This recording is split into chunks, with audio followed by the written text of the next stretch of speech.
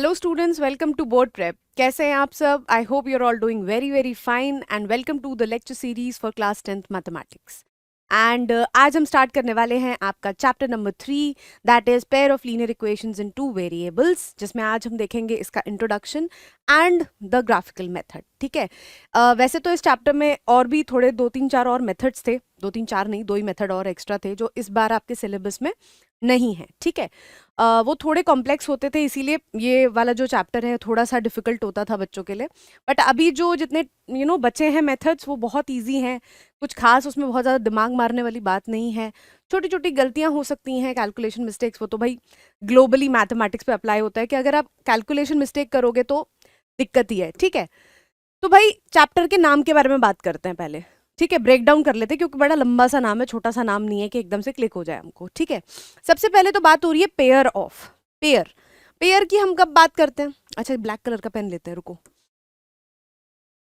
हम्म pair की बात हम कब करते हैं? पेयर हम तब बोलते हैं जब हम किसी दो चीजों के बारे में बात कर रहे हो, राइट?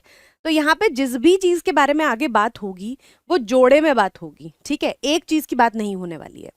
ठीक है जी। लीनियर इक्वेशंस, भाई लीनियर इक्वेशन से तो हम फेमिलियर हैं, राइट? कैसे? कि भाई हमने देखा है कि मान लो जब हमारी कोई इक्वेशन होती है जिसमें एक हमारा कुछ अननोन होता है वैल्यू। ठीक है, कि भाई 4x + 3 = 0। ठीक है, इसको हमें सॉल्व करना भी आता है। क्या करते हैं? x को आइसोलेट करते हैं हम। ठीक है, 4x को इधर रखेंगे, -3 उधर आ जाएगा और x = -3/4। ठीक है, ये चीज हो गई। ये तो हमें सॉल्व करना आता है भाई। लेकिन आगे एक और दो शब्द हैं, वो क्या हैं? Two variables. मतलब अभी तक हम क्या कर रहे थे? सिंगल वेरिएबल में बात कर रहे थे, अब हम दो वेरिएबल में बात करने वाले हैं। और ऐसी इक्वेशन जिसमें दो वेरिएबल हो, और ये वाली इक्वेशन तो हम उठाएंगे ही उठाएंगे, उसके साथ हम एक और इक्वेशन उठाएंगे। मतलब linear equation in two variables का पेयर की बात करी जाएगी, हमेशा जोड़े में। मतलब दो लीनियर इक्वेशंस होंगी जो कि टू वेरिएबल की होंगी पूरे चैप्टर में। ठीक है, ऐसा कहीं भी नहीं होगा कि आप सिर्फ एक सिंगल लीनियर इक्वेशन ले लोगे जिसमें दो अननोन वेरिएबल्स होंगे और आपको उसमें कुछ काम करने बोलेंगे। नहीं, there will always be two equations. Clear? All right. ठीक है जी, फटाफट से इंट्रोडक्शन देखते हैं, क्या कहानी दे रखी है आपको, एंड उसके बाद हम अब क्या करेंगे? क्वेश्चन सॉल्व करेंगे। ठीक है। You must have come across situations like the one given below. एक सिचुएशन आपको दी गई है।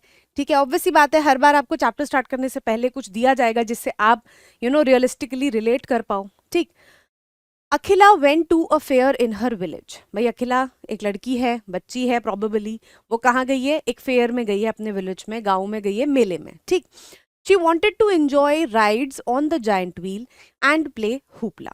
भाई जायंट व्हील तो आपको पता ही है, ठीक है, कि झूला होता है बहुत बड़ा सा। एंड दूसरी चीज क्या है? Hoopla.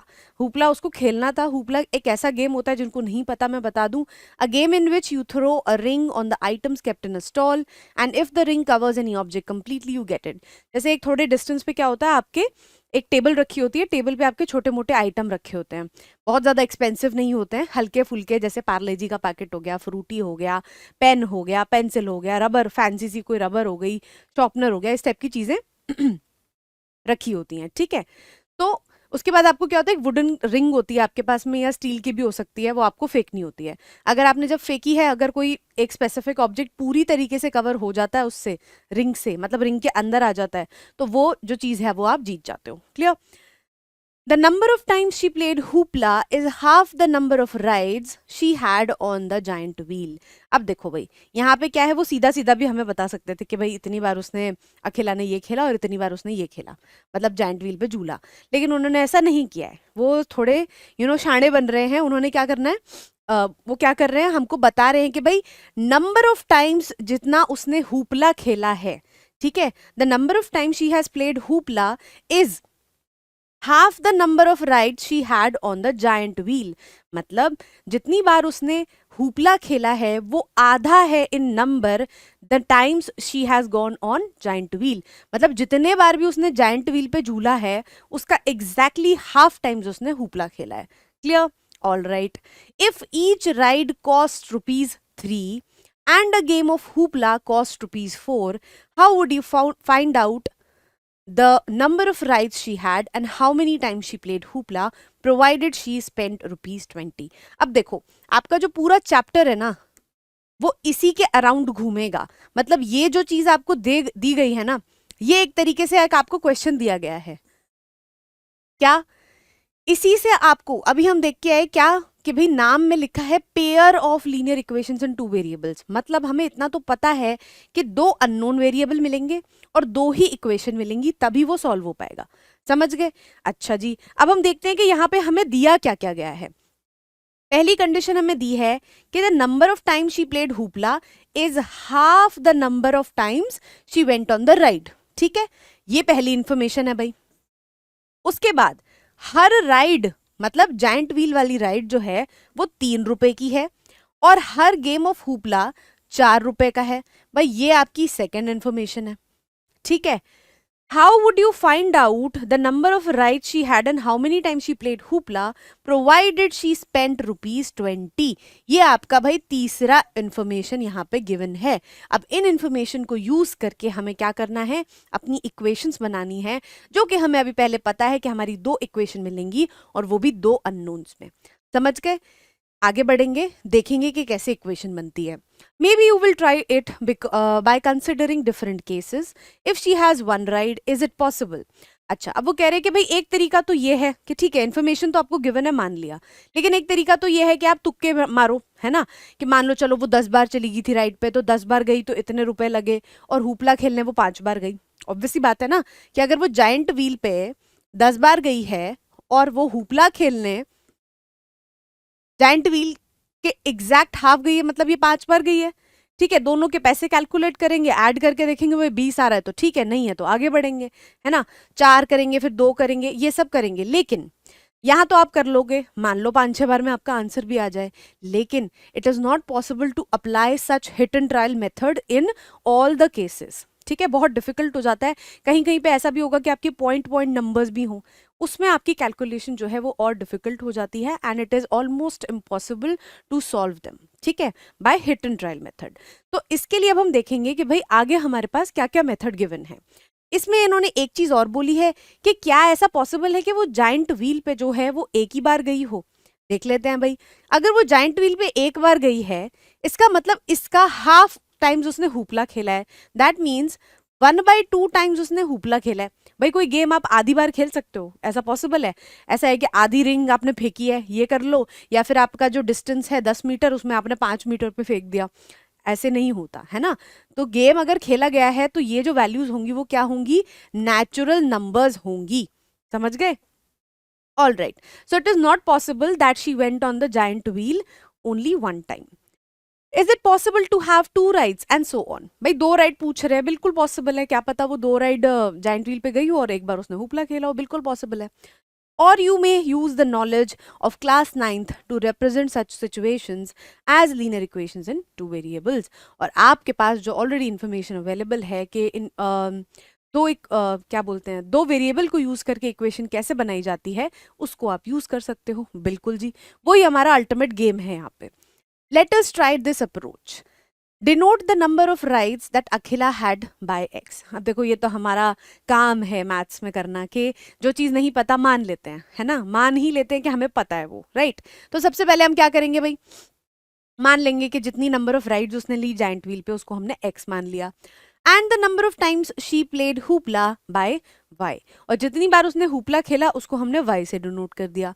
Now the situation can be represented by 2 equations. अब देखो 2 इक्वेशंस कैसे बनी उसको हम थोड़ा ब्रेक डाउन करेंगे।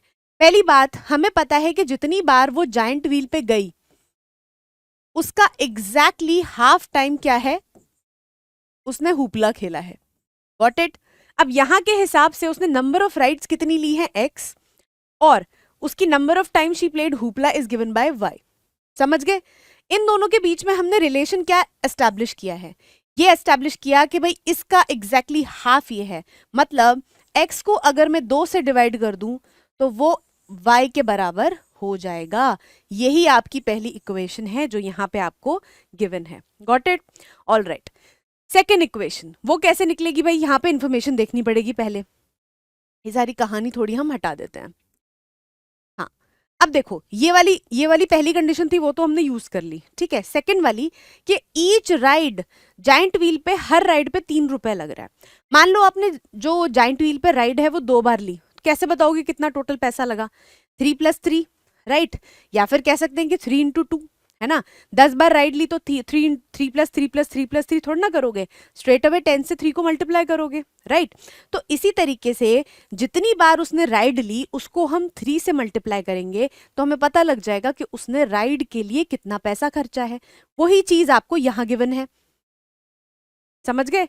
और सिमिलरली उसने हुपला खेलने के लिए कितने रुपए दिए हैं? 4 रुपए दिए हैं। और हुपला वो खेला, उसने खेला कितनी बार है? y टाइम्स खेला है। और ये दोनों अमाउंट को प्लस करके, कौन सी दोनों अमाउंट को? ये 3x और 4y को ऐड करके हमें पता लग रहा है कि टोटल नंबर ऑफ जो पैसे हैं उसने खर्चे हैं वो कितने हैं? 20 रुपीज। समझ गए? ठीक है जी। तो मतलब 3 रुपए उसको लगे एक बार राइड में, और उसने राइड ली कितनी बार? x बार। तो ये टोटल पैसे हो गए जो इसने खर्चे जाइंट व्हील के ऊपर। फिर उसमें ऐड करेंगे भाई, 4 रुपीज की राइड, 4 रुपीज है हुपला खेलने की प्राइस, और उसने हुपला खेला कितनी बार है? y times. और दोनों को मिला के टोटल कितने रुपए लगे उसके? 20 रुपीज। तो ये आपका बन गया भाई सेकेंड नंबर ऑफ इक्वेशन जो आपको यहाँ पे गिवन है। समझ गए? All right. Can we find the solutions of this pair of equations? There are several ways of finding these, which we will study in this chapter. और क्या है भाई, यहाँ पे हम ये देखेंगे कि इसी तरीके से जो पेयर ऑफ इक्वेशंस होती हैं, लीनियर इक्वेशंस इन 2 वेरिएबल्स हैं, उनको सॉल्व करने के क्या क्या तरीके हैं, ठीक है। ग्राफिकल मेथड सबसे पहला मेथड यही है, उसके बाद आपके एलिमिनेशन और सब्स्टिट्यूशन मेथड हैं जिसको हम आगे देखेंगे, ठीक है। फिलहाल अभी ग्राफिकल मेथड पे काम करते हैं। A pair of linear equations which has no solution is called an inconsistent pair of linear equations. अब देखो, मान लो हमने इसे सॉल्व करा, ठीक है। इसको सॉल्व करके हमें कुछ वैल्यूज मिल गई कि भाई जाइंट व्हील पे वो इतनी बार गई और उस पे इतनी बार गई, हुपला खेलने के लिए इतनी बार गई, ठीक है। और वो यूनिक सोल्यूशन है, तो सोल्यूशन तो है ही ना उसके पास में, ठीक है। मान लो या फिर बहुत सारे सोल्यूशन मिल गए, मतलब ऐसी वैल्यूज हमें मिल गई जो दोनों इक्वेशंस को सेम टाइम पे वो कर रही हैं सेटिस्फाई, ठीक है। तो सोल्यूशन तो मिल ही गया, लेकिन ऐसा भी तो हो सकता है कि जो हमें कंडीशंस गिवन है वो गलत हैं। क्या गलत से मेरा मतलब है उनके लिए कोई सोल्यूशन ना हो। जब कोई सोल्यूशन एग्जिस्ट नहीं करता तब हम उन सेट ऑफ इक्वेशंस को क्या बोलते हैं?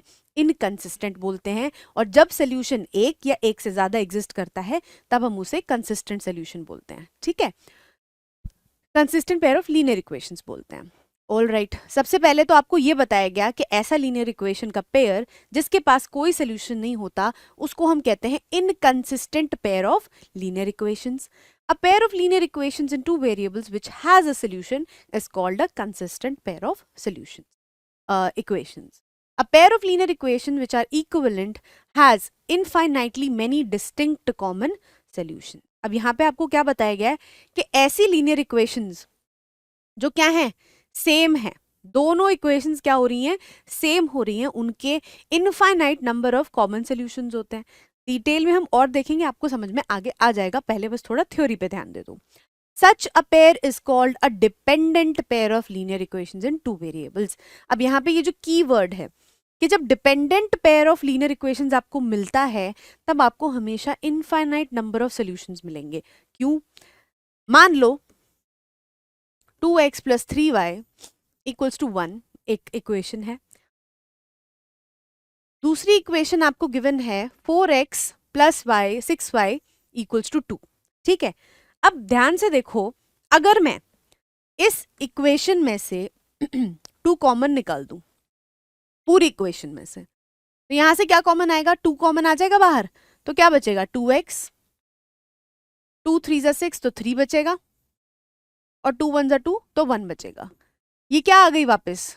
ये वाली इक्वेशन आ गई, राइट। और अगर मैं इसमें 2 मल्टीप्लाई कर दूं तो मुझे क्या मिलेगा?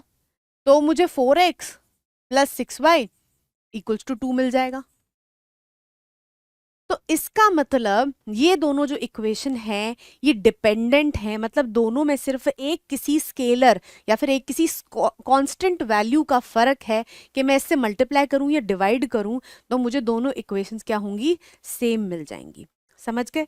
All right, we can now summarize the behavior of lines representing a pair of linear equations in two variables and the existence of solutions as below. As follows. अब आपको यहाँ पे तीन कंडीशंस दी हुई हैं कंसिस्टेंट और इनकंसिस्टेंट के बारे में। पहला, द लाइंस में intersect in a single point. अब एक बात बताओ, आपके पास दो स्ट्रेट लाइंस हैं, ठीक है, इतना तो हमें पता ही है कि भाई दो अननोन वेरिएबल्स के साथ में जब आप कोई लाइन की इक्वेशन बनाते हो, कोई भी लाइन की इक्वेशन बनाते हो लेट्स से, वो हमेशा एक स्ट्रेट लाइन मिलती है, ठीक है। अब आपकी दो लाइंस हैं तो वो इंटरसेक्ट करेंगी। क्या कभी दो स्ट्रेट लाइंस ऐसे इंटरसेक्ट कर सकती हैं? नहीं कर सकती। अगर वो इंटरसेक्ट कर रही हैं तो वो किसी एक पॉइंट पे ही इंटरसेक्ट करेंगी, जो कि ये केस है, ठीक है। या फिर भाई वो कभी इंटरसेक्ट नहीं करेंगी, मतलब क्या हो जाएगा कि वो पैरेलल होंगी। समझ गए? और तीसरा केस बनता है कि वो जो लाइंस है ना वो क्या करेंगी, ओवरलैप करेंगी एक दूसरे को। और ये तीनों चीजें कब कब होती हैं वो भी देख लेते हैं। पहला, द लाइंस में intersect in a single point, in this case अब the pair of equations has a unique solution.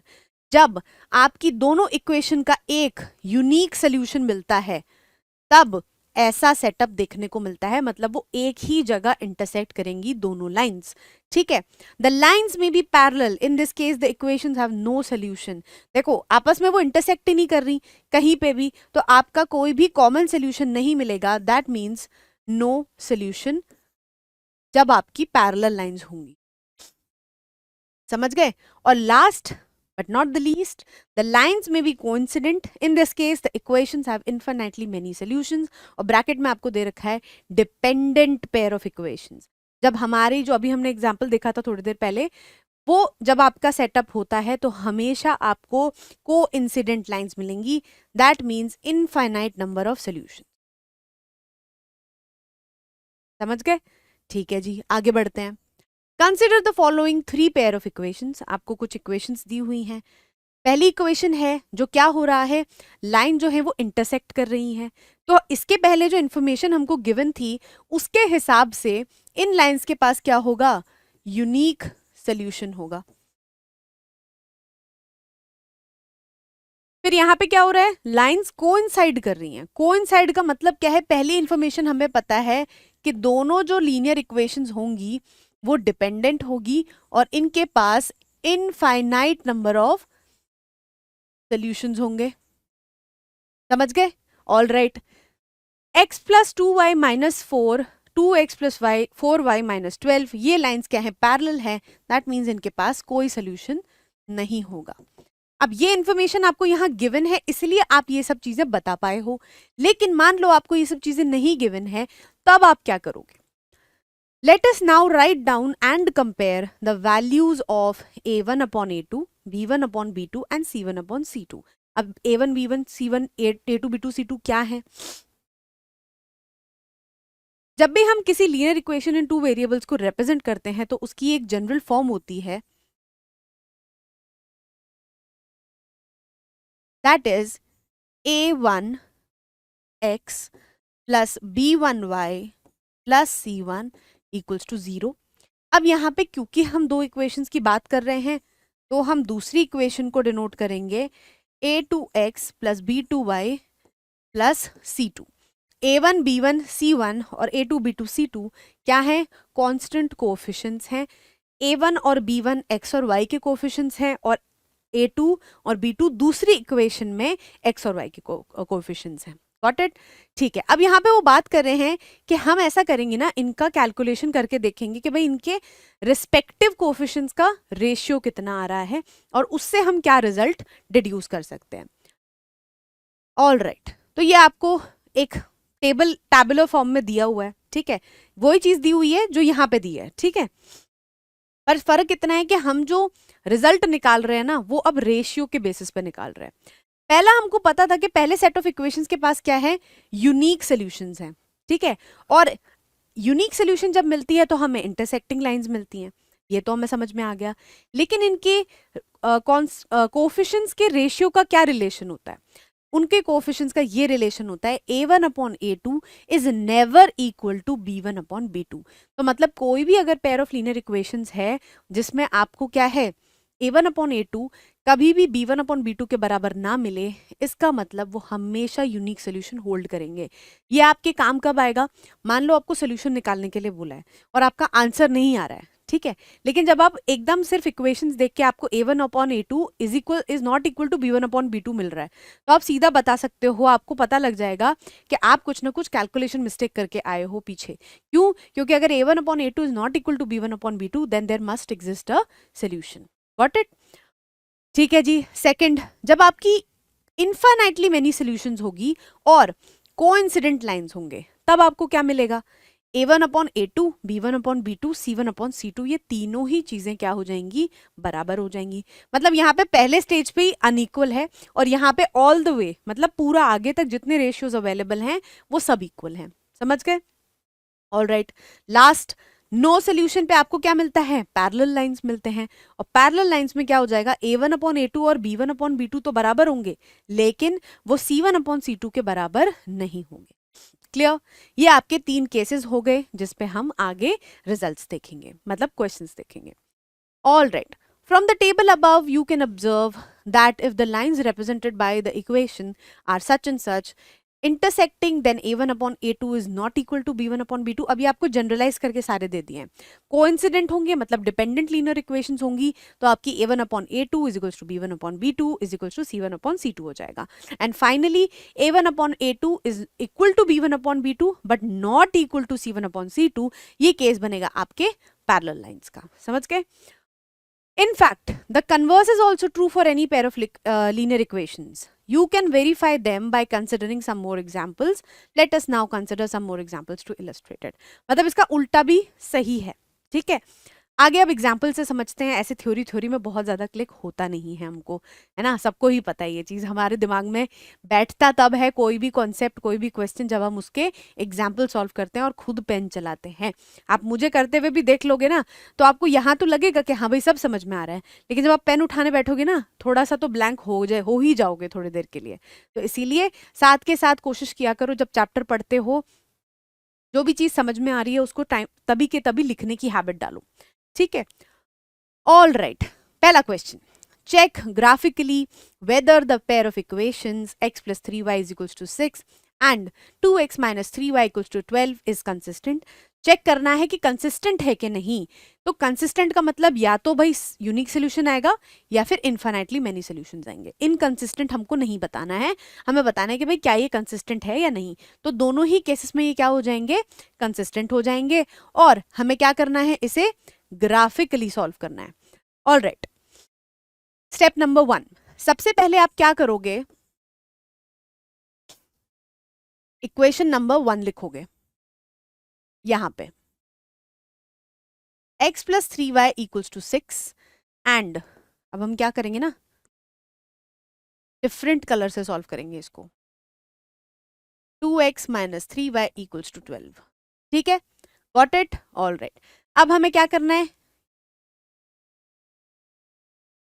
यहां पे डब्बे बनाने हैं। डब्बे भाई क्यों बनाने हैं? क्योंकि हमें ग्राफ पे इक्वेशंस को प्लॉट करना है। एक इक्वेशन को प्लॉट करने के लिए मिनिमम नंबर ऑफ पॉइंट्स कितने होते हैं? 2 होते हैं, तो वो निकालने पड़ेंगे हमको। तो यहाँ पे लिखेंगे x, यहाँ पे लिखेंगे y। उसके बाद हम क्या करेंगे? यहाँ पे सॉल्व करने की कोशिश करेंगे कि अगर मैं if x equals to 0, this implies that 3y equals to 6,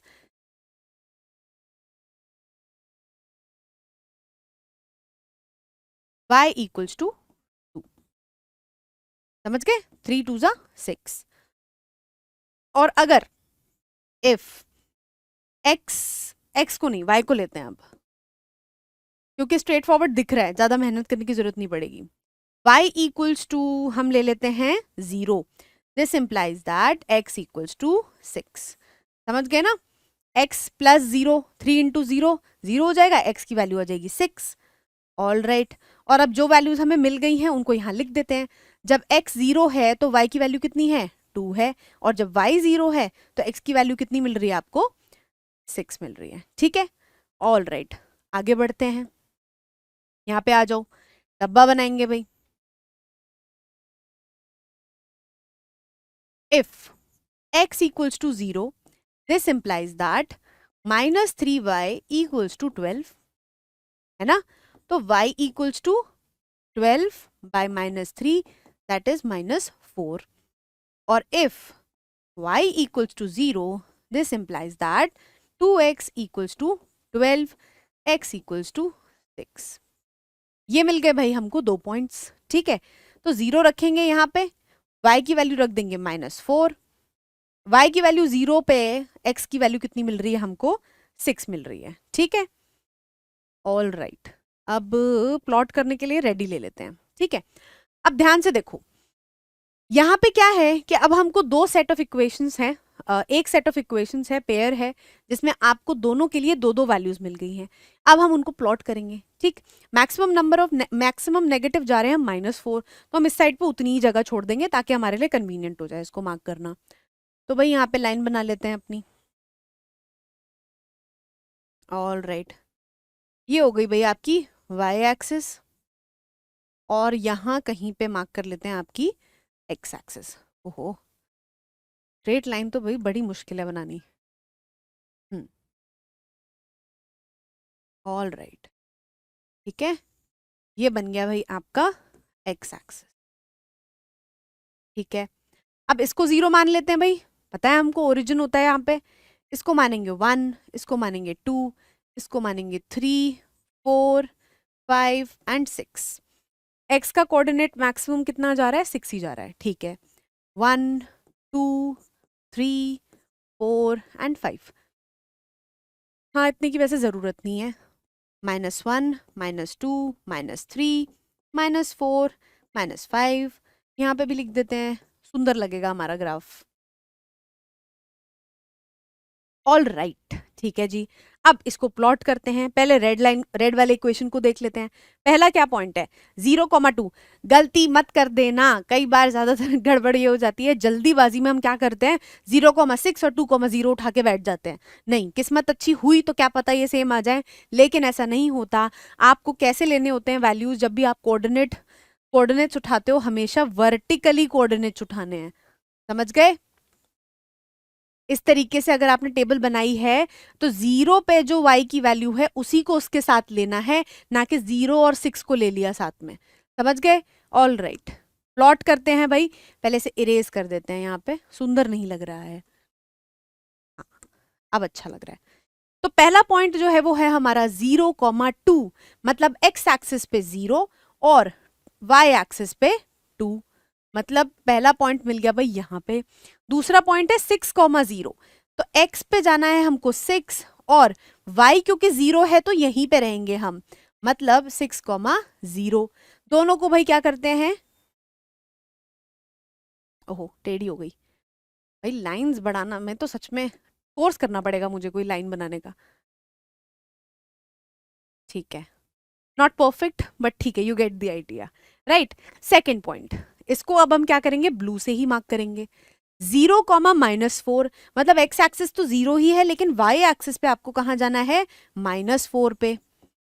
तो ये हो गया भाई प्लॉट। दूसरा 6,0, अगेन 6,0, ये रहा पॉइंट। अब इनको क्या कर देंगे, ज्वाइन कर देंगे, ठीक है। तो भाई यहाँ पे जो लाइंस हैं वो आपकी कहाँ पे इंटरसेक्ट कर रही हैं, वो इंटरसेक्ट कर रही हैं 6,0 पे, मतलब और एक ही जगह इंटरसेक्ट कर रही हैं, ये लाइंस कोइंसाइड नहीं कर रही। दैट मीन्स ये जो सिस्टम है, ये जो सोल्यूशन है, जो पेयर ऑफ लीनियर इक्वेशंस हैं, ये आपस में कंसिस्टेंट हैं, but the equations are not dependent, they have unique solution and the solution is 6,0। समझ गए। इस 6,0 को आप वेरीफाई भी कर सकते हो। कैसे करोगे भाई वेरीफाई, ब्लैक से वेरीफाई करें या फिर पर्पल से वेरीफाई करते हैं। 6,0 हमको बताया जा रहा है कि कॉमन सोल्यूशन है, मतलब वो दोनों इक्वेशन को सेटिस्फाई करना चाहिए। अगर इसमें मैं 6,0 रखूं, मतलब x की जगह पे 6 और y की जगह पे 0 रखूं, तो क्या मेरी वैल्यू सही आएगी, 6 + 3 × 0, इक्वल्स टू 6, 6 इक्वल्स टू 6, बिल्कुल सही बात। यहाँ पे रख के देखते हैं, सेम वैल्यू कितनी आएगी, 6 into 2 minus 3 into 0 equals to 12, 6 2 12 equals to 12, बिल्कुल सही। तो यही हमारा गोल है अल्टीमेटली, कि जो आपको सोल्यूशन मिला है ना, वो क्या करना चाहिए, दोनों इक्वेशंस को साइमल्टेनियसली सेटिस्फाई करना चाहिए। Got it? ठीक है जी। यहाँ पे आपके साइड में हम लिख भी देते हैं कि किससे लिखें, ब्लैक से लिख देते हैं, सुंदर लगता है। हमेशा रिप्रेजेंटेशन पे बहुत ध्यान देना है। The system of linear equations is consistent and has a unique solution that is 6,0। इस तरीके से आप लास्ट में लाइन में लिख दोगे तो आपके जो टीचर हैं they will be very impressed कि बच्चे को पता है कि अल्टीमेटली क्या निकाल रहे थे। ऐसे नहीं कि हाँ बच्चे क्या होता है लास्ट मिनट ऐसे प्रिपरेशन करेंगे, हाँ ये कर देते हैं, हाँ ये कर देते हैं, यहाँ ये डालना है, ये करना है, ये करना है, ये वैल्यू डालनी है, हो जाएगा। ऐसे नहीं, हमेशा पूरे क्वेश्चन का स्ट्रक्चर समझो, अल्टीमेटली क्या निकालना है और क्या लास्ट में आपको आंसर में लिखना है। ठीक है, मतलब ठीक है, हो सकता है भाई आप सिर्फ 6,0 लिख दोगे तो टीचर नंबर तो नहीं काटेगा, लेकिन हो सकता है कि आपने कहीं ऊपर छोटी मोटी गलती करी हो जो टीचर नजरअंदाज कर दे, क्योंकि आपका रिप्रेजेंटेशन अच्छा है। समझ गए? ऑल राइट, आगे बढ़ते हैं।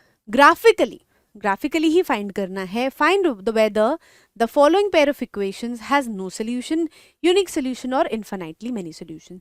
यहाँ पे आपसे वो बात नहीं कर रहे कि भाई आपको कंसिस्टेंट सिस्टम की बात करनी है या इनकंसिस्टेंट सिस्टम की बात करनी है, वो सीधा आपसे पूछ रहे हैं या तो नो सोल्यूशन है या यूनिक सोल्यूशन है या फिर इन्फिनाइटली मेनी सोल्यूशंस है।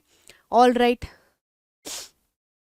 इसमें देखो ऊपर वाली इक्वेशन तो हमको समझ में आ रही है, ठीक है, थोड़ी सी डिफरेंट दिख रही है यहाँ से। क्यों दिख रही है? क्योंकि उन्होंने क्या किया है, हमें यहाँ पे 0 दिया है, ठीक है, मतलब जो कांस्टेंट है ना उसको वो इधर ले आए हैं और पहले वाले इक्वेशन में इधर था। कोई फर्क नहीं पड़ता, बस फर्क पता है किधर पड़ेगा, जब आप a1 upon a2, b1 upon b2 और c1 अपॉन c2 निकालोगे, वहां पे फर्क पड़ेगा। क्यों? क्योंकि वहां पे यही अरेंजमेंट में वैल्यू निकालनी है। समझ गए? यहाँ पे नहीं, यहाँ पे c1 की वैल्यू 6 नहीं है, यहाँ पे c1 की वैल्यू है -6। क्यों? क्योंकि जो हमारा स्टैंडर्ड फॉर्म है वो ऐसा है। समझ गए? a1x plus b1y plus c1 is equals to 0।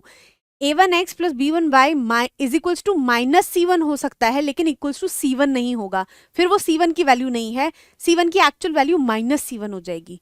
Got it? तो ये जनरल फॉर्मूला जनरल फॉर्म में आपको यहाँ पे दिया हुआ है। आप इसको अगर कन्वर्ट करना चाहते हो तो कन्वर्ट कर लो, कोई दिक्कत नहीं है। ठीक है जी, पहली इक्वेशन क्या कहती है, 5x minus 8y equals to -1। दूसरी इक्वेशन भाई थोड़ी अटपटी लग रही है देखने में।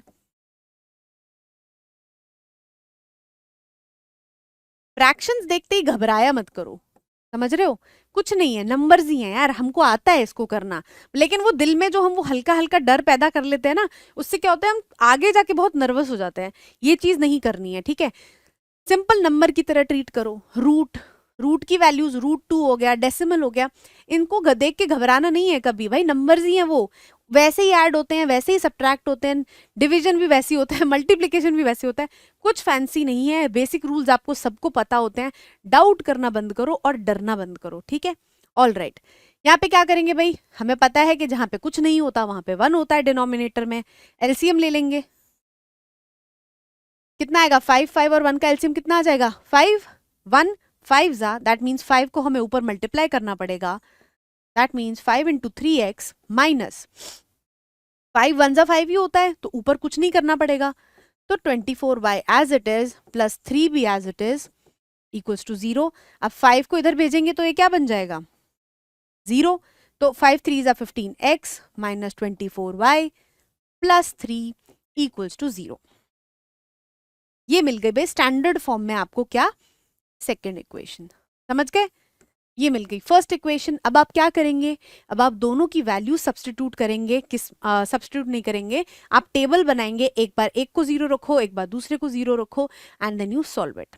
ठीक है, देखने में लग रहा है कि थोड़ा कॉम्प्लेक्स हो गया, बट बहुत ईजी है, आप इसको खुद सॉल्व करके देखो, you will definitely get it. हम बढ़ते हैं आगे। चंपा वेंट टू अ सेल। चंपा कहाँ गई भाई, एक सेल में गई, जहां पे शायद जो एमआरपी पे प्राइस होती है उससे 50% 30% कुछ ना कुछ ऑफ चल रहा है, ऐसी जगह पे वो गई हैं। क्या खरीदने के लिए, कुछ पैंट्स खरीदने के लिए और कुछ स्कर्ट्स खरीदने के लिए। When her friends asked her how many of each she had bought, she answered. अब क्या है भाई, होता ही है, कोई शॉपिंग करके आता है तो हमें पूछने की होती है कि हाँ क्या क्या लेके आए, क्या क्या लेके आए, कितने लेके आए, राइट। तो ऐसे ही उसकी फ्रेंड्स भी पूछ रही हैं भाई तुम क्या लेके आए और कितना लेके आई। अब चंपा भाई I don't know for some reason does not want to tell कि भाई मैं एग्जैक्टली इतनी पैंट और इतनी स्कर्ट लेके आई हूँ। शी इज रिडलिंग देम, वो कुछ ना कुछ घुमा फिरा के बता रही हैं। क्या बता रही हैं, the number of skirts is two less than twice the number of pants purchased. ठीक है, पहली कंडीशन तो भाई उन्होंने ये दे दी कि जितनी नंबर ऑफ मैं स्कर्ट लाई हूं ना, वो अमाउंट में दो कम है, किससे, twice the number of pants, मतलब नंबर ऑफ पैंट्स का डबल कर दो, उससे दो वैल्यू कम है मेरी नंबर ऑफ स्कर्ट्स। और also the number of skirts is four less then four times the number of pants purchased. और क्या है कि नंबर ऑफ स्कर्ट है ना, मतलब एक इक्वेशन तो ऊपर बना दी, और दूसरी कंडीशन क्या बताई कि भाई जो नंबर ऑफ स्कर्ट है ना वो चार कम है, किससे, four times the amount of pants से। ठीक है, मतलब अगर आप पैंट में क्या करोगे, चार को मल्टीप्लाई करोगे four times of number of pants में से चार पैंट निकाल दो तो तुम्हें नंबर ऑफ स्कर्ट्स मिल जाएंगी। Clear. Help her friends to find out how many pants and skirts Champa bought. मेरी कोई फ्रेंड अगर मुझे ऐसे बताती तो मैं तो कहती कि ठीक है रख ले, नहीं बताओ ठीक है, लेकिन अब यहाँ पे भाई हमको दे रखा है तो अब सॉल्व तो करना ही पड़ेगा। ऑल राइट फाइन, ठीक है, सबसे पहले हम बोलेंगे let number, let the number of skirts be x, and similarly let the number of क्या है दूसरी चीज, पैंट्स है, ऑफ पैंट्स बी वाई। ठीक है, अच्छा अब देखते हैं the number of skirts. Number of skirts मतलब x किसके बराबर है, is two less than, less than किसी वैल्यू से दो वैल्यू कम, मतलब दो हटा दो उसमें से तो ये इसके बराबर हो जाएगी। और किस वैल्यू में से दो हटाने हैं, twice the number of pants, और नंबर ऑफ पैंट्स हमारी कितनी है, y, तो मतलब two times y equals to two times y minus two equals to x। समझ गए, तो भाई ये हमारी जो है वो पहली इक्वेशन हमें यहां से मिल गई। All right, then number of skirts is four less than, भाई नंबर ऑफ स्कर्ट्स दोबारा से चार कम है, चार कम है किससे, number of times four times the number of pants, मतलब चार गुना, चार मल्टीप्लाई करो नंबर ऑफ पैंट्स में, उससे चार छोटी नंबर ऑफ स्कर्ट्स है, मतलब फोर इंटू बाय। समझ गए, ये मिल गया भाई आपको फर्स्ट इक्वेशन, ये मिल गया आपको सेकेंड इक्वेशन। ऑल राइट, अच्छा जी, ठीक है, अब देखते हैं इसको प्लॉट करके कि क्या मिलता है हमको। इक्वेशन नंबर वन हम यहाँ पे ब्लू से लिखेंगे, x equals to 2y minus 2। दूसरी इक्वेशन 4y माइनस 4। ठीक है जी, पहला डब्बा, पहला डब्बा बनाते हैं।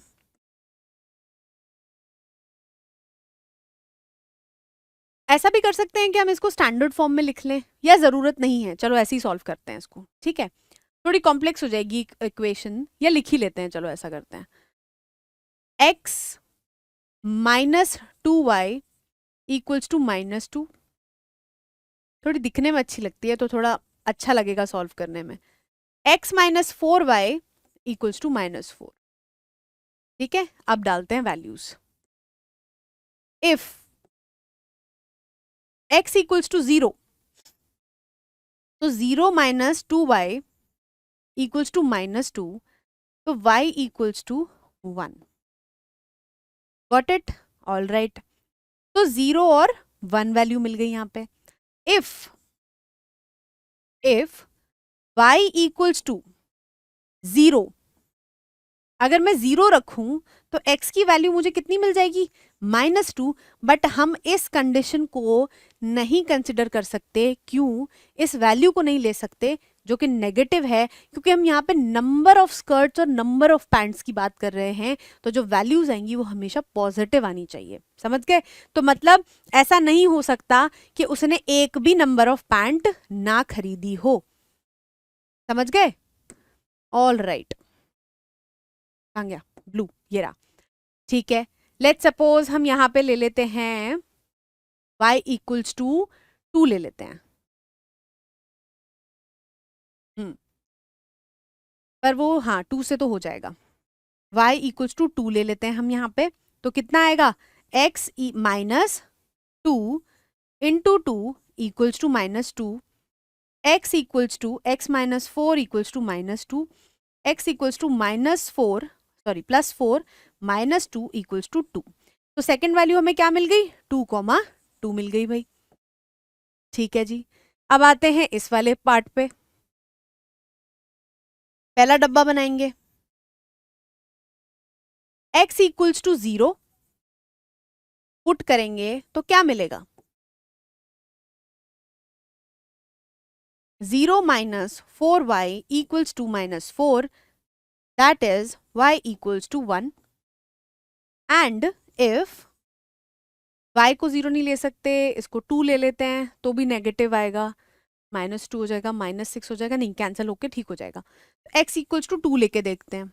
ठीक है, तो ये हो जाएगा 2 minus 4y equals to -4 -4y, पर इसमें हमें फ्रैक्शनल वैल्यू मिलेगी, इसको भी नहीं ले सकते हम, क्योंकि ऐसे थोड़ी हो सकता है कि कभी कहीं से कोई 1.5 पैंट उठा के लेके आए।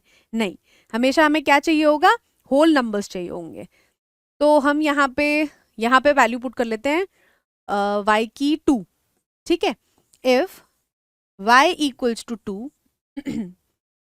x माइनस 4 2 ज़ा 8 equals to -4, x equals to 8 minus 4 that is 4। तो हमें क्या मिल गया? 2 4,2 मिल गया यहां से। ठीक है, अब इनको प्लॉट करते हैं भाई। पीछे ग्राफ बना लेते हैं, क्योंकि पॉजिटिव है तो हम नेगेटिव साइड को ड्रॉ नहीं करेंगे फिलहाल। कर भी दोगे तो ऐसा कुछ मार्क्स कटने वाला हिसाब नहीं होगा, लेकिन ना करो, काम क्यों बढ़ाना है आपको अपना।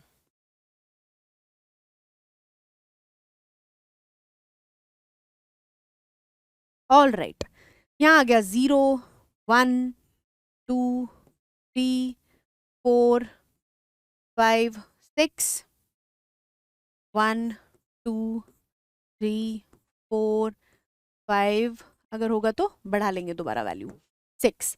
ठीक है जी, पहला पॉइंट हमारा क्या कहता है? कहाँ गया? 0,1। ठीक है, इसको ब्लू से मार्क करते हैं ताकि हमें थोड़ा पता लगेगा कि हम कौन से वाले को मार्क कर रहे हैं। 0,1 मतलब x पे 0 और यहाँ पे 1 पे जाना है, तो मतलब 0,1 पहला पॉइंट हो गया। 2,2 2,2 ही आ रहा है। ऑल राइट, कुछ हमने कहीं गड़बड़ तो नहीं करी है? नहीं, ठीक है। 2,2 मतलब x पे 2 और y पे 2, मतलब ये रही वैल्यू। ठीक है जी, इसको ज्वाइन कर देते हैं, हमको सोल्यूशन वो मिल जाएगी, इसकी इक्वेशन की लाइन मिल जाएगी, ग्राफ मिल जाएगा। ऑल राइट, 0,1 और 4,2, 0,1 और 4,2 मतलब 4 इस पे और 2 इस पे।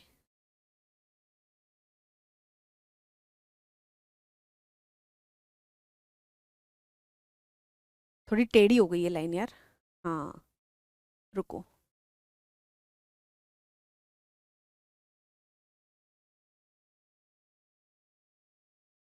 पहले इन्हीं दोनों को ज्वाइन कर लेते हैं, फिर इसको एक्सटेंड कर देंगे। ठीक है जी। क्या हो रहा है भाई, वैल्यू इंटरसेक्ट, मतलब एक इंटरसेक्शन पे वैल्यू मिल रही है हमको, वो क्या है 0,1। That means this set of solutions, this pair of linear equations has a solution and it is consistent, that is 0,1। समझ गए?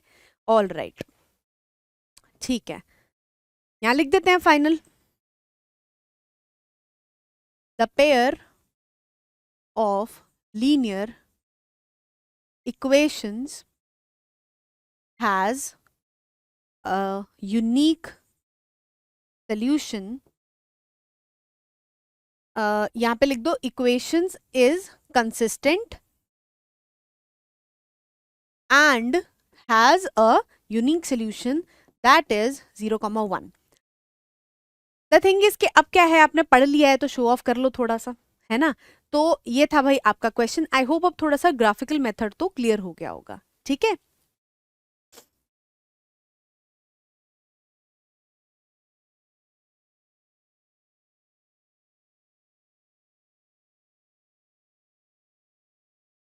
ठीक है, तो फिर आगे बढ़ते हैं एक्सरसाइज पे। ठीक है, जो आपका पहला क्वेश्चन है वो बहुत बहुत ही ज्यादा इजी है। ठीक है, इसमें मतलब बस थोड़ा सा ये है कि आपको इक्वेशन बनानी पड़ेगी, वो आई होप थोड़ा सा तो आइडिया हो ही गया होगा आपको बनाना, लेकिन फिर भी थोड़ा एक रफ आइडिया हम ले लेते हैं। करोगे तो आप इसको होमवर्क ही, क्योंकि ये ग्राफिकली प्लॉट करना है, इसमें आप ही को मेहनत करनी है भाई, क्योंकि तभी इंप्रूव होगा। मैं यहाँ पे कराते चले जाऊँ, it is not going to help you in like, ठीक है थोड़ा बहुत समझ में आएगा बट ऐसे कोई ज्यादा हेल्प नहीं होगी। ठीक है, 10 students of class 10th took part in a mathematics quiz। ठीक है, मैथ्स क्विज हो रहा है, उसमें 10 बच्चे हैं क्लास 10th के जिन्होंने पार्ट लिया है। If the number of girls is 4 more than the number of boys, find the number of boys and girls who took part in the quiz. अब आपको क्या है, हमेशा ध्यान रखना, कभी भी कंफ्यूजन हो रही है, इस चीज का पक्का ध्यान रखना है कि क्वेश्चन में कभी भी इनकम्प्लीट इंफॉर्मेशन नहीं होगी, आपके समझने में गलती हो रही है, और अगर ऐसा है तो वो आगे जाके तो मार्क्स मिल ही जाएंगे, उसको छोड़ दो। उस टाइम पे ध्यान देना है कि जितना आपको पता है, आइडेंटिफाई कर लिया कि भाई यहाँ पे तो भाई हमें ग्राफिकली सॉल्व करना है इसको, है ना, तो डेफिनेटली यहाँ पे उतनी इंफॉर्मेशन गिवन होगी जितनी आपको उस क्वेश्चन को सॉल्व करने के लिए रिक्वायर्ड है। समझ गए? ऑल राइट, सबसे पहला काम क्या करेंगे, let the number of girls be X, let the number of boys be Y. सबसे पहली बात, टोटल कितने बच्चों ने पार्ट लिया है? टोटल लिया है भाई 10 बच्चों ने पार्ट, कहां गए 10, राइट? तो मतलब जितने नंबर ऑफ गर्ल्स हैं, जितने नंबर ऑफ बॉयज हैं, उनका टोटल में लूं तो कितना मिलेगा मुझे, 10 मिलेगा। भाई मिल गई पहली इक्वेशन। ठीक है, दूसरा, if the number of girls is 4 more than the number of boys, number of girls is 4 मोर, मतलब नंबर ऑफ गर्ल्स जो है वो ज्यादा है। समझ गए? एक्स एक्स बड़ा है तो उसमें कुछ ऐड करके दूसरे के बराबर थोड़ी ना होगा। एक्स बड़ा है मतलब वाई में कुछ ऐड करना पड़ेगा, तब मुझे वाई एक्स मिलेगा। समझ गए? ये हो गई भाई आपकी सेकंड इक्वेशन। बस मैं आपको यहीं तक कराऊंगी, इसके बाद आप डब्बा बनाओगे, डब्बे बना के कोऑर्डिनेट्स निकालोगे और इसका ग्राफिकली सोल्यूशन निकालोगे। Clear? All right, next question. ये तो भाई महा इजी है, इस टाइप के क्वेश्चंस आ गए ना तो आपके तो मतलब बस शायद भगवान का हाथ है आपके सर पे उस दिन, कि इस टाइप का क्वेश्चन तो बहुत मतलब खतरनाक इजी है। क्यों? क्योंकि आपको कुछ बनाना ही नहीं है, सीधा सीधा सब कुछ दिया है, 5 7 50, 7 5 और 46, ये आपको दे रखा है, आपने सिर्फ क्या करना है, मानना है कि क्या चीज आपको निकालनी है। ऑल राइट, क्या बोला है भाई कि 5 पेंसिल और 7 पेन साथ में कितने रुपए के हैं, 50 रुपए के, और 7 पेंसिल और 5 पेन कितने रुपए के हैं, 46 रुपए के हैं। आपको क्या निकालना है, find the cost of 1 pencil and that of 1 pen. सबसे पहले लेट कर लो भाई, let cost of 1 pencil be x, let cost of 1 pen be y। समझ गए? ऑल राइट, क्या करना है भाई, एक पेंसिल की कॉस्ट हमने मान ली x, अब वो बोल रहा है कि 5 पेंसिल और 7 पेन, मतलब अगर एक पेन की कॉस्ट 5 रुपए है तो 2 पेन की कॉस्ट कितनी होगी, 5 इंटू 2, राइट, मतलब 10। अगर एक पेन की कॉस्ट 5 रुपए है, वैसे यहाँ पेंसिल की है पर आप एग्जाम्पल समझो, ठीक है, 5 रुपए का एक पेन है और 5 ही पेन ले रहे हो आप, कितने रुपए दोगे, 5 + 5 + 5 + 5 + 5 कितने हो जाएंगे, 25। तो 5 5 से 25, समझ गए? इस चीज में कंफ्यूजन आई होप ये यहाँ पे नहीं होना चाहिए, अब बड़े हो गए उतना तो सीख लो, ठीक है। तो 5 पेंसिल हैं और एक पेंसिल की कॉस्ट कितनी है, x रुपीज, तो 5 पेंसिल की कॉस्ट कितनी हो जाएगी, 5x। एक पेन की कॉस्ट y रुपीज है और कितने नंबर ऑफ पेन्स हैं, 7 नंबर ऑफ पेन्स हैं, तो कितनी कॉस्ट हो जाएगी, 7y। और इन दोनों को मिला के कितने रुपए आपको देने पड़ रहे हैं, 50। तो मतलब पहली इक्वेशन आ गई, समझ गए? दूसरा, 7 pencil, same procedure, 7x + 5y = 46, ये मिल गई भाई सेकेंड इक्वेशन। समझ गए? डिटेल में एग्जाम्पल करके आए हैं, उसको देखो और इनको सॉल्व करो, ठीक है। आधा काम तो यहाँ पे और इसके पहले वाले क्वेश्चन में मैंने सॉल्व कर ही दिया, इक्वेशन बन गई, डब्बे बनाओ, कोऑर्डिनेट्स निकालो, पॉइंट निकालो, समझ गए? ऑल राइट, ठीक है जी। क्वेश्चन नंबर 2 क्या कहता है, on comparing the ratios a1/a2, b1/b2 and c1/c2, find out whether the lines representing the following pairs of linear equations intersect at a point are parallel और coincident, ठीक है। वो पूछ रहे हैं कि भाई आपके जो ये रेशियोज हैं इनको कंपेयर करके ये पैरेलल बनेंगे, इंटरसेक्ट करेंगे एक पॉइंट पे, या फिर कोइंसिडेंट होंगे। हमको क्या याद है, a1/a2, रिवाइज कर लेते हैं चलो एक बार जाके पीछे, कहाँ पे थे हम, ये रहे कि भाई a1/a2 is not equal to b1/b2, मतलब इंटरसेक्ट कर रहे हैं, मतलब यूनिक सोल्यूशन है। a1/a2 is equal to b1/b2 और इज इक्वल टू c1/c2, मतलब कोइंसिडेंट, मतलब इनफाइनाइट नंबर ऑफ सॉल्यूशंस, समझ गए? a1/a2 is equal to b1/b2, but last में जाके दिक्कत करेगा, c1/c2 is not equal to c1/c2, then it is parallel and hence no solution. All right, ठीक है जी, आगे बढ़ते हैं।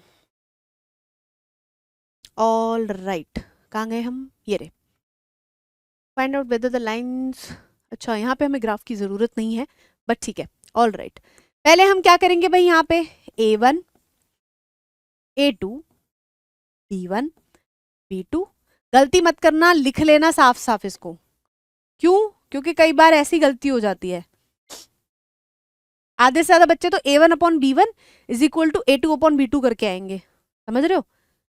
वैसे वो भी कहीं ना कहीं सही होगा, बट ठीक है, क्यों गड़बड़ करनी है, राइट। a1 की वैल्यू है भाई कितनी, 5, a2 की वैल्यू कितनी है, 7, b1 की वैल्यू, अब ध्यान से देखो यहाँ पे गिवन है 4y, लेकिन माइनस का, 5x - 4y + 8, लेकिन जो हमारी इक्वेशन है जिसका स्टैंडर्ड फॉर्म, जनरल फॉर्म है, वो क्या होता है, ax + by + c, मतलब यहाँ पे हमें प्लस में ही चाहिए b की वैल्यू, समझ रहे हो? b की वैल्यू नेगेटिव हो सकती है, लेकिन वो आना चाहिए यहाँ पे अल्टीमेटली प्लस में, मतलब यहाँ से हम क्या उठाएंगे, 5x + -4y, मतलब b की वैल्यू -4 है, यहाँ पे स्टैंडर्ड फॉर्म में एडिशन है, तो b की आप सीधी वैल्यू वहां से क्या उठाओगे, -4। इसको हटा देते हैं जरा, अननेसेसरी चीजें नहीं रखनी है, ये भी हटाओ, ये भी हटाओ, ये भी हटाओ।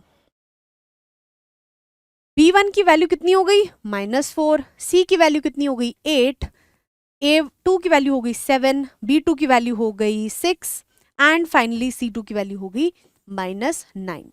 ठीक है जी, सबसे पहले हम कैलकुलेट करेंगे a1, क्योंकि अगर a1/a2 हमको बराबर मिल गया तो वहीं पे काम खत्म, सॉरी अनइक्वल मिला, a1/a2 इक्वल्स टू 5/7, बिल्कुल सही, b1/b2 -4/6 और c1/c2 8/-9। क्या a1 अपॉन a2 यहाँ पे कैंसिल होगा, ये 2 3 जा 2 2 जा 2 3 जा -2/3, बिल्कुल। तो यहाँ पे क्या आ रहा है, a1 upon a2 is not equal to b1 upon b2। तो c1 पे तो जाने की जरूरत ही नहीं है हमको। This implies that intersecting lines implies that unique solution। समझ गए? ठीक है जी, आगे बढ़ते हैं। a1 की वैल्यू कितनी है, a1 की वैल्यू कितनी है भाई 9, b1 की वैल्यू कितनी है 3, c1 की वैल्यू है 12, a2 की वैल्यू है 18, b2 की वैल्यू है 6 और c2 की वैल्यू है 24। a1 अपॉन a2 कितना निकलेगा भाई, 9/18 that is 1/2। b1 bye b2 कितना निकलेगा, 3/6 that is 1/2। And c1 bye c2 कितना मिलेगा, 12/24 जो, एक सेकेंड, जो कि क्या हो जाएगा 1/2। This implies that a1 upon a2 is equal to b1 upon b2 is equal to c1 upon c2। ये किसकी कंडीशन होती है, ऑल द वे सब कुछ इक्वल है, मतलब coincident lines that implies infinite number of solutions. अब हमने एक चीज क्या पढ़ी थी भाई इसके बारे में, कि जब भी इस तरीके का सेटअप आता है तो जो इक्वेशंस होती हैं वो क्या होती हैं, डिपेंडेंट होती हैं। दैट मींस ये जो होंगी इक्वेशन, इनमें से किसी एक में से हम एक नंबर कॉमन निकाल लेंगे तो जो इक्वेशंस होंगी वो आपस में बराबर हो जाएंगी। मतलब 9x प्लस 3y प्लस 12, और अगर मैं नीचे वाले में से 2 कॉमन निकालूं तो क्या बनेगा, 9x प्लस 3y प्लस 12।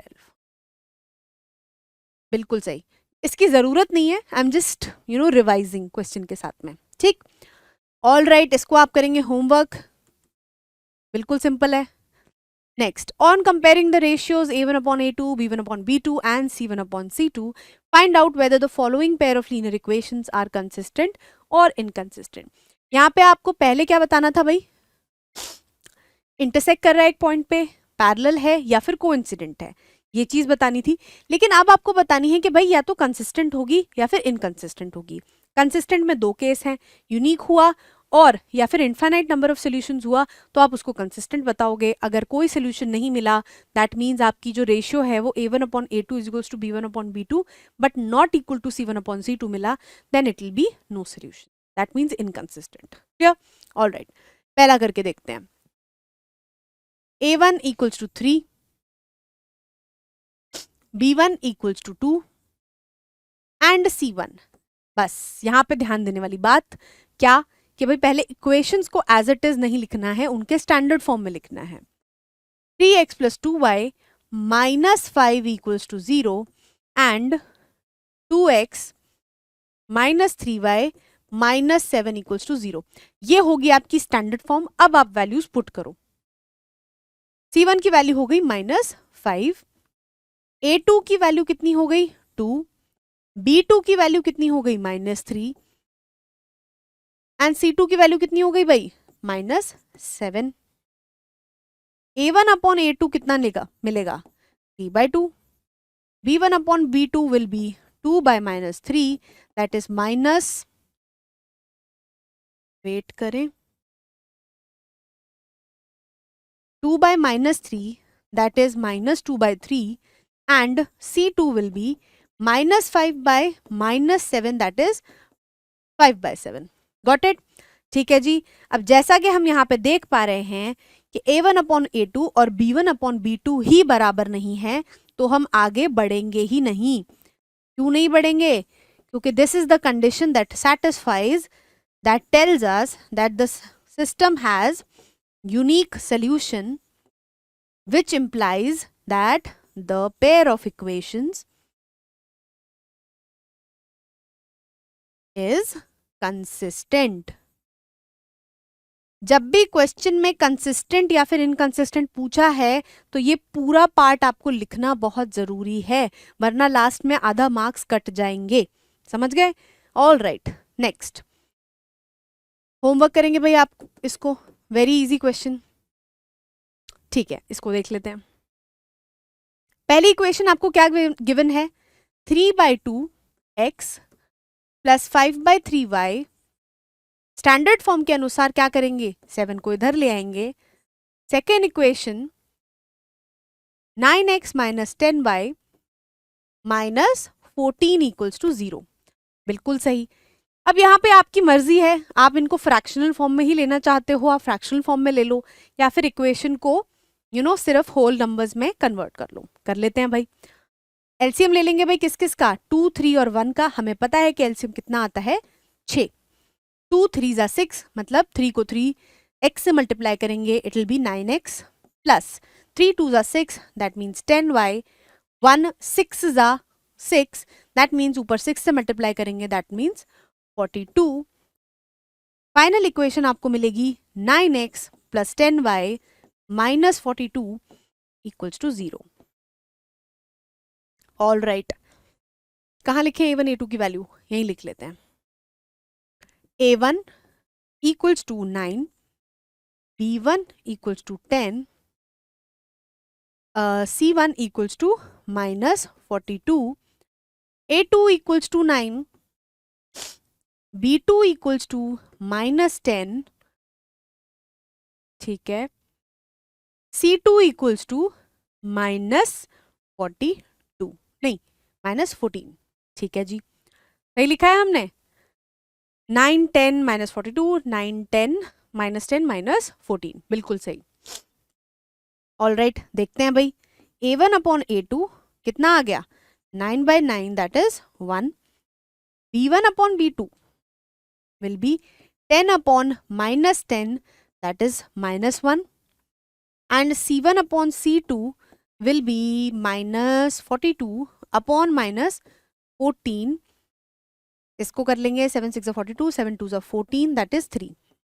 ठीक है, अब हो सकता है यहाँ पे कोई बहुत ही जल्दी से खुश होके माइनस को भूल जाए और कर दे 1 और -1 को बराबर, और क्या हो जाएगा? आगे बढ़ जाएगा और बोलेगा कि भाई अनइक्वल आ रहा है फाइनल वाले के, तो ये क्या हो गया आपका? नो सोल्यूशन हो गया। समझ गए? लेकिन यहाँ पे 1 is not equal to -1, that means the pair of linear equation has unique solution.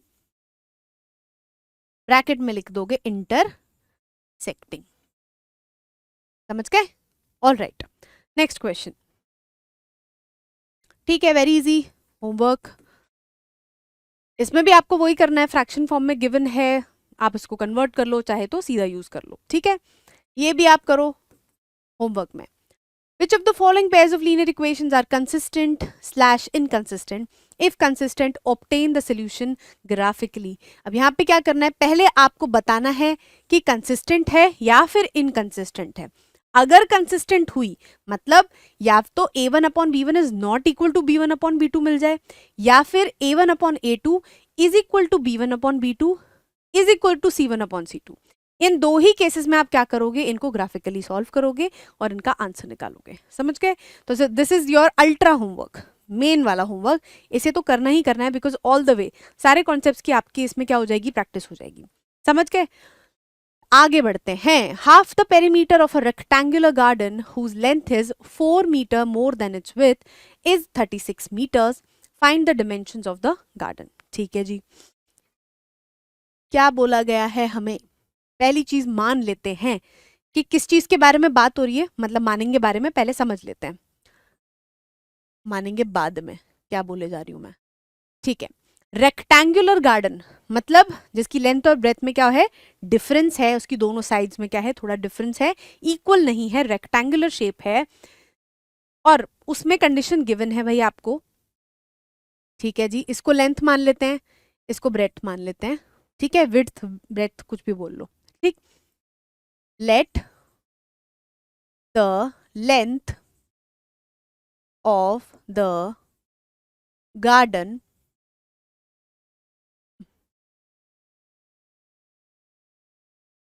हटे आप जरा यहां से, बी एल, ठीक है, and let the length of breadth, या फिर विड्थ लिख लो यहाँ पे, width of the garden be B. समझ गए? अब देखते हैं भाई condition. Half the perimeter of a rectangular garden, मतलब पेरीमीटर जो है उसका हाफ कर दो। भाई हमको पता है कि पेरीमीटर का फॉर्मूला क्या होता है, twice of L plus B, ठीक है, लेकिन कंडीशन अनुसार कह रहे हैं कि पेरीमीटर का भी हाफ कर दो भाई। ठीक है जी, हाफ कर दिया पेरीमीटर का। whose length is 4 metre more than its width। अब कंफ्यूज नहीं होना है, ये यहां पे इसको कंटिन्यू नहीं कर रहे हैं, समझ गए, ये आगे बता रहे हैं दूसरी इक्वेशन, दैट इज लेंथ और विड्थ में क्या फर्क है कि लेंथ जो है वो 4 ज्यादा है उस विड्थ से। समझ गए? मतलब L की जो वैल्यू है, L बड़ा है, मतलब छोटे वैल्यू में आपने क्या करना है, 4 को ऐड करना है, ये मिल जाएगी आपको सेकेंड इक्वेशन, इज 36 सेंटीमीटर। अब देखो ये वाला जो सेक्शन था ना, वो आपका सेकेंड इक्वेशन का मालटाल था, गेटिंग, और यहां से लेके फिर यहां कंटिन्यू होके इस के बाद ये आपका फर्स्ट इक्वेशन का मालटाल था, getting. That means half the perimeter ऐसे गार्डन की जिसकी लेंथ और ब्रेथ में क्या फर्क है कि लेंथ जो है वो 4 मीटर ब्रेथ से ज्यादा है, वो कितना है, 36 metres. Find the dimensions of the garden. समझ गए? तो हमको थोड़ा आइडिया तो पड़ गया, यहां से 2 से 2 कैंसिल हो गया। सेकेंड इक्वेशन जो बन जाएगी वो बनेगी L plus B equals to 36। ठीक है जी, अब हमें क्या करना पड़ेगा, अच्छा हमारे पास जगह नहीं है तो इसको थोड़ा क्लियरली लिख लेते हैं, एंड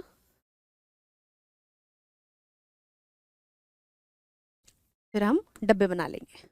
तो पहली जो इक्वेशन मिली थी वो हमें मिली L plus B equals to 36, वैसे ब्रैकेट्स की जरूरत नहीं है, एंड जो दूसरी इक्वेशन मिली वो हमको मिली L equals to B plus 4। ये सेकेंड इक्वेशन है, ये पहली equation. Got it? All right, अब क्या करना है, डब्बे बनाने हैं। L minus B equals to 4 ऐसे लिख लेते हैं, इजी पड़ेगा हमको।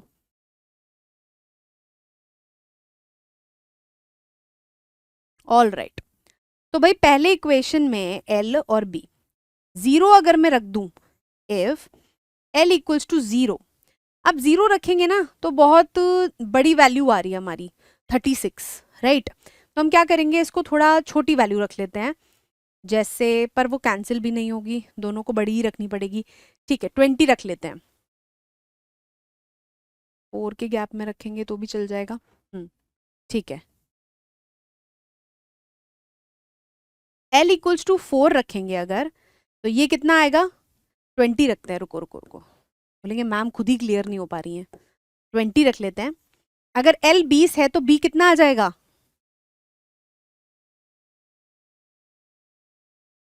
B will be 36 minus 20, that is 16। अब ये हम क्यों कर रहे हैं ना इतनी मेहनत, वो आपको पता लग जाएगा अभी। ये हो गया 20 और यहाँ पे आ गया आपका 16। इफ, अब सेम चीज कर लो, B इक्वल्स टू 16 कर लो, तो B अगर हम 16 कर लें तो हमको L दोबारा से 20 मिल जाएगा। नहीं, L को 20 ले ले, B को 20 ले लेते हैं, अब B को 20 ले लेते हैं, और L plus 20 equals to 36 implies that L equals to 16। ठीक है जी, मतलब 20 कॉमा 16 पहली वैल्यू, और 16 कॉमा 20, ये मिल गई भाई पहली वैल्यूज हमको। दूसरे वाले को अलग कलर से कर लेते हैं, क्लियर रहेगा, थोड़ा कंफ्यूजन नहीं होगा। ऑल राइट, ठीक है, एल को अगर मैं 0 ले लूं, if L equals to 0, B की स्ट्रेट फॉरवर्ड वैल्यू कितनी आ रही है, -4, और अगर मैं बी को 0 ले लूं, बी को 0 लेते ही एल इक्वल टू कितना आ गया, 4 आ गया भाई। तो 0 कॉमा -4 एंड 0 कॉमा 4, मतलब 4 कॉमा 0। क्लियर? अब इनको प्लॉट कर लेते हैं भाई, 4 के ही गैप में लेने से काम हमारा बन जाएगा।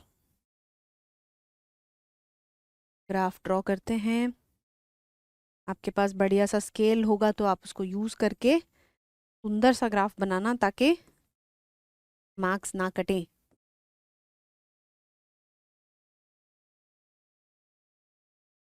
ठीक है जी, अब हम क्या करेंगे, ध्यान से देखो, जितने भी हमारे कोऑर्डिनेट्स हैं ना, वो सब क्या है, 4 के मल्टीपल्स हैं। तो जो कोऑर्डिनेट यहाँ पे हम लेंगे, ताकि हमें 1 2 3 4 5 6 करते हुए हमें 20 तक ना जाना पड़े, हम क्या करेंगे, सिर्फ मतलब एक यूनिट को हम ज्यादा वैल्यू ले लेंगे। समझ गए? मतलब 0, और ये जो एक यूनिट है हम इसको कितना मानेंगे, 4 मीटर्स मानेंगे। समझ गए? तो यहाँ पे आप लिख सकते हो 1 यूनिट इक्वल्स टू 4 मीटर। ठीक है, ऑल राइट। तो यहाँ पे आ गया 4, 8, 12, 16, 20, 24। यहाँ पे आ गया -4, -8, -16, -20, -24, 4, 8, 12, 16, 20। Got it? यहाँ पे भी लिख दो -4, -16, नहीं सॉरी, 8, -12, -16, -20। बिल्कुल सही। तो पहला पॉइंट हमारा क्या कह रहा है, 20,16। दैट मीन्स यहाँ पे आपको 20 जाना है और यहाँ पे आपको 16 जाना है। दैट मीन्स ये रहा वो पॉइंट 20,16। दूसरा पॉइंट है भाई 16,20, 16,20 ये रहा। All right. अब यहाँ पे है 0,-4, 0 इस पे एंड -4, ये रहा पॉइंट। और दूसरा पॉइंट क्या कह रहा है, 4,0, मतलब 4 इस पे and X axis is, Y axis is 0, तो 4,0 ये आ गया भाई। हमने दोनों को सेम से मार्क कर लिया, इसीलिए दिक्कत हो रही है। वेट, पूरी लाइन ही गायब हो गई।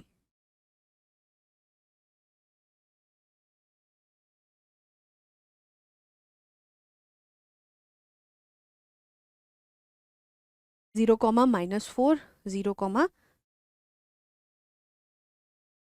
0,-4 एंड 4,0, ये रहा 4,0। ठीक है जी, ऑल राइट। अब इसको हम ज्वाइन कर देते हैं।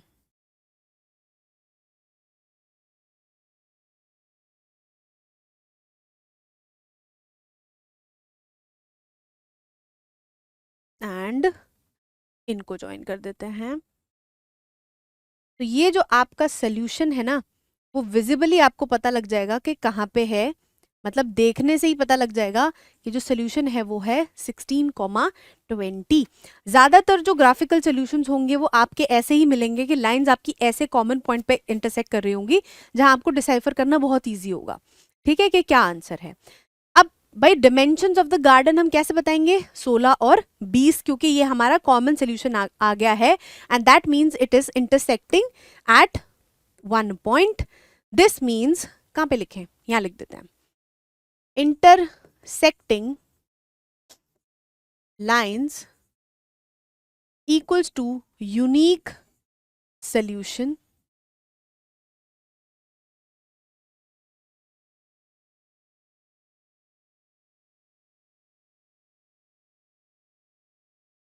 ठीक है। और आंसर हमारा कितना मिल गया हमको, आंसर हम यहीं कहीं मार्क कर लेते हैं या फिर लिख देते हैं। This implies that length equals to 6, L हमने किधर माना था, एल को हमने एक्स एक्सिस लिया है, that means L equals to 16 and breadth equals to 20। इसको एक बार क्रॉस चेक करके भी देख लो। L प्लस बी, 16 प्लस 20 कितना आ रहा है, 36 आ रहा है। और सेकंड वाले में L माइनस बी मतलब 20 माइनस 16 अगर हम करेंगे तो कितना वैल्यू मिलेगा हमको, 4 मिलेगा। क्लियर? ऑल राइट, आगे बढ़ते हैं। Given the linear equation 2x plus 3y minus 8 equals to 0, write another linear equation in two variables such that the geometrical representation of the pair so formed is intersecting lines, parallel lines और coincident lines।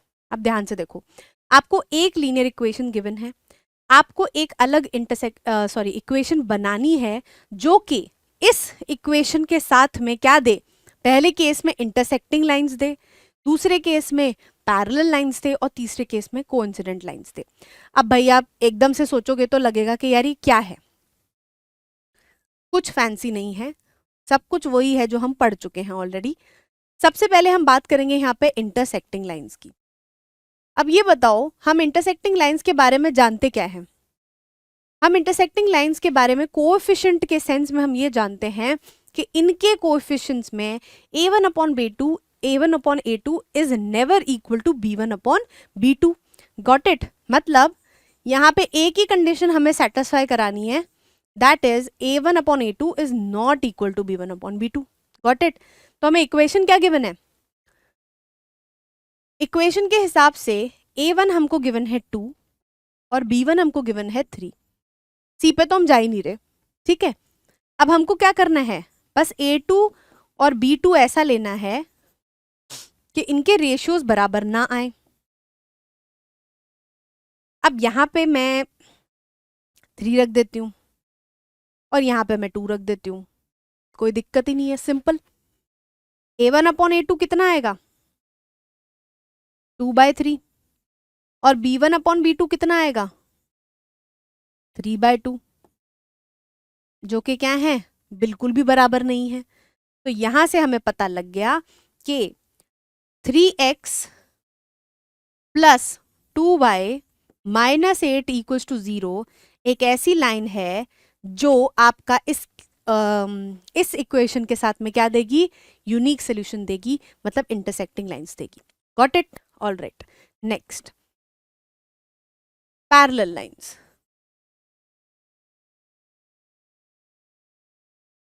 अब parallel lines में एक और चीज है, dependent. तो इसमें हमें ये वाली माथा मारने की भी जरूरत नहीं है, हमें कुछ नहीं करना। हमें जो इक्वेशन ऑलरेडी गिवन है ना, इसमें कोई भी नंबर अपनी चॉइस का मल्टीप्लाई कर दो, 1000 से कर दो चाहे, तो मर्जी है तुम्हारी, ठीक है। मान लो हम यहाँ पे ले लेते हैं, let the constant be let's say 4, ठीक है। अब इसको मल्टीप्लाई कर दो, 4 into 2x plus 3y minus 8 equals to 0. That means 8x plus 24y minus 32 is equals to 0. This is going to be the equation जो कि आपका क्या देगी, infinite, oh I'm so sorry, parallel lines। यहाँ पे parallel नहीं आएगा, यहाँ पे आएगा coincident lines। पैरेलल को आगे कर लेंगे, ठीक है। This is the third portion, this is the first portion, third को भी कर लेंगे। तो कोइंसिडेंट लाइंस जो हैं वो क्या होती हैं, आपस में डिपेंडेंट होती हैं, जिसका हमें यहाँ पे मिल गया है इक्वेशन दूसरी वाली।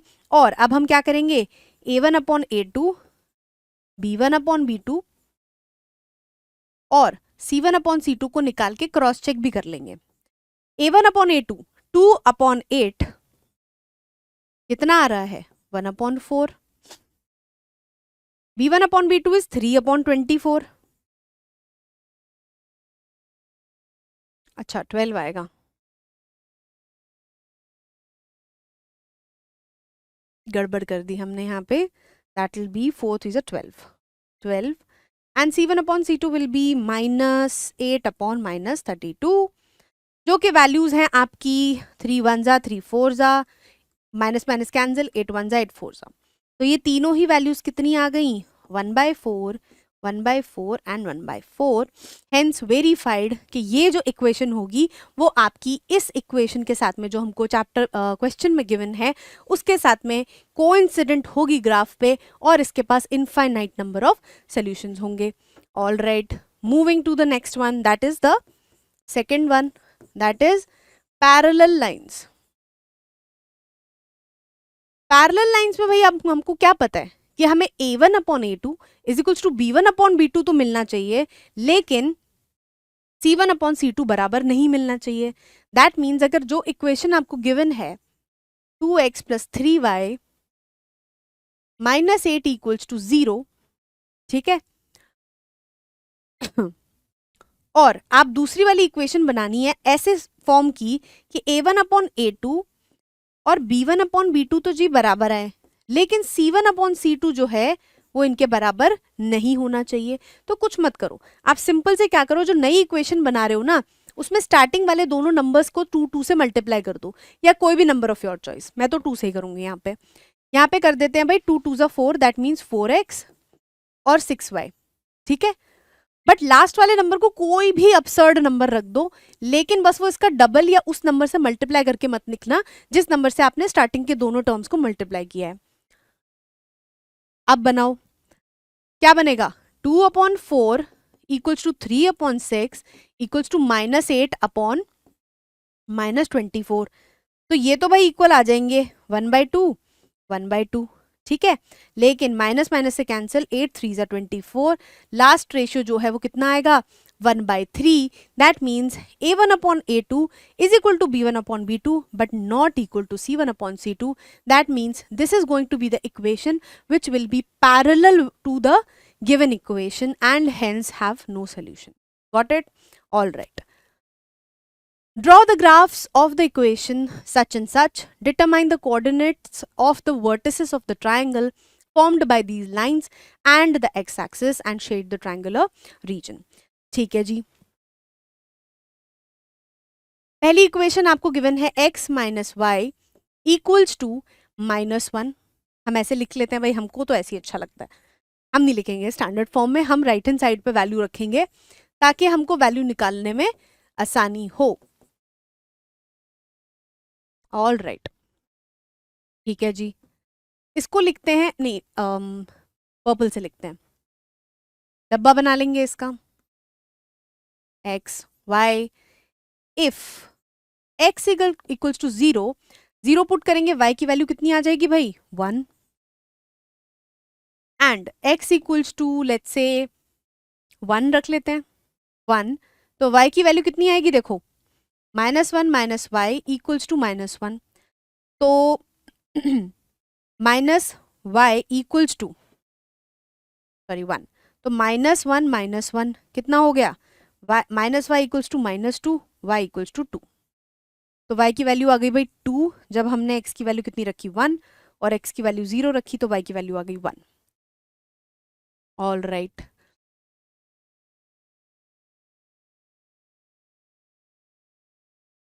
If x equals to 0 then y कितना आएगा, यहाँ पे देखो 0 plus 2y equals to 12, y equals to 6.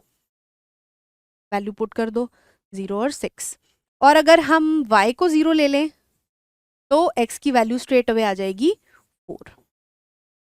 That means 4,0. बढ़िया, अब इसको प्लॉट कर लेते हैं भाई. नेगेटिव कोई वैल्यूज है नहीं,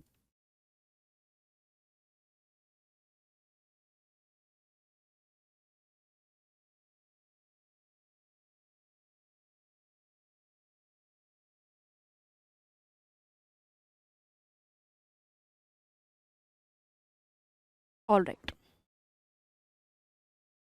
0 ओरिजिन, 1 2 3 4 5 6 7, माइनस तो डालना ही नहीं है हमको, 1 2 3 4 5 एंड 6. ऑल राइट, सबसे पहला पॉइंट प्लॉट करते हैं पर्पल कलर से, दैट इज 0,1. तो 0,1 कितना हो जाएगा, ये रहा पॉइंट 0,1. दूसरा पॉइंट इज 1,2. 1,2। भाई ये बन गई आपकी लाइन यहां से। ऑल राइट, दूसरा पॉइंट आपका बना 0,6, 0,6 नहीं, ये तो 6,0 है, 0,6 ये रहा, 0,6 and the second one is 4,0, that is this.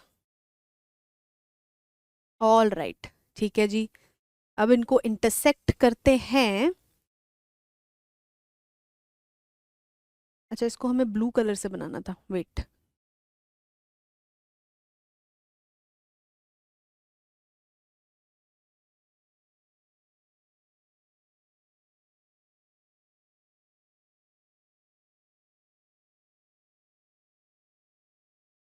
Point क्या था, 0,6 और 4,0।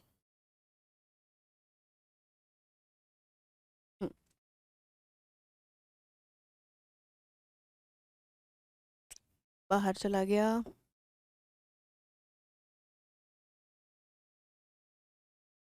नीचे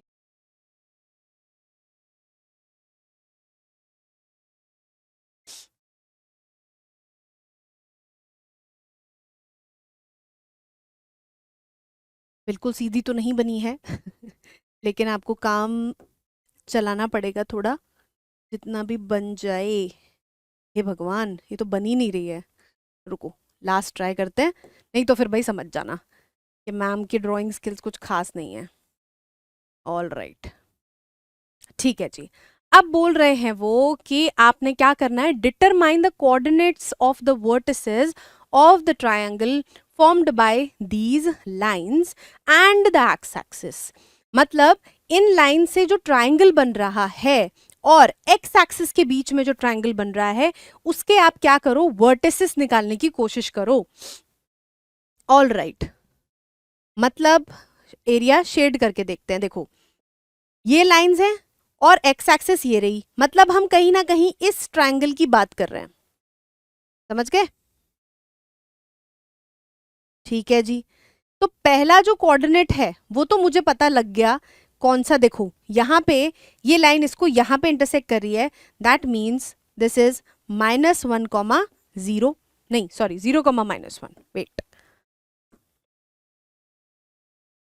नहीं नहीं ठीक तो है, एक्स एक्सिस पे ही तो है, ठीक है ठीक है, -1,0 एंड दूसरा पॉइंट है 4,0, राइट, ये तो हमें दिख ही रहा है। लेकिन अब मुद्दा है इस पॉइंट का।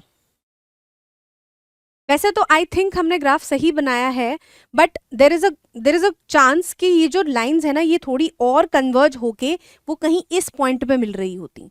ठीक है, तो ये जो पॉइंट है वो आपका है 2,3। एक बार चेक कर लेते हैं क्या यही पॉइंट है जिसकी बात हो रही है यहाँ पे, क्योंकि हो सकता है ग्राफ में थोड़ा ऊपर नीचे हो, डेसिमल वैल्यूज तो वो शायद ही आपसे पूछे। 7th question. I don't think we have the answer here.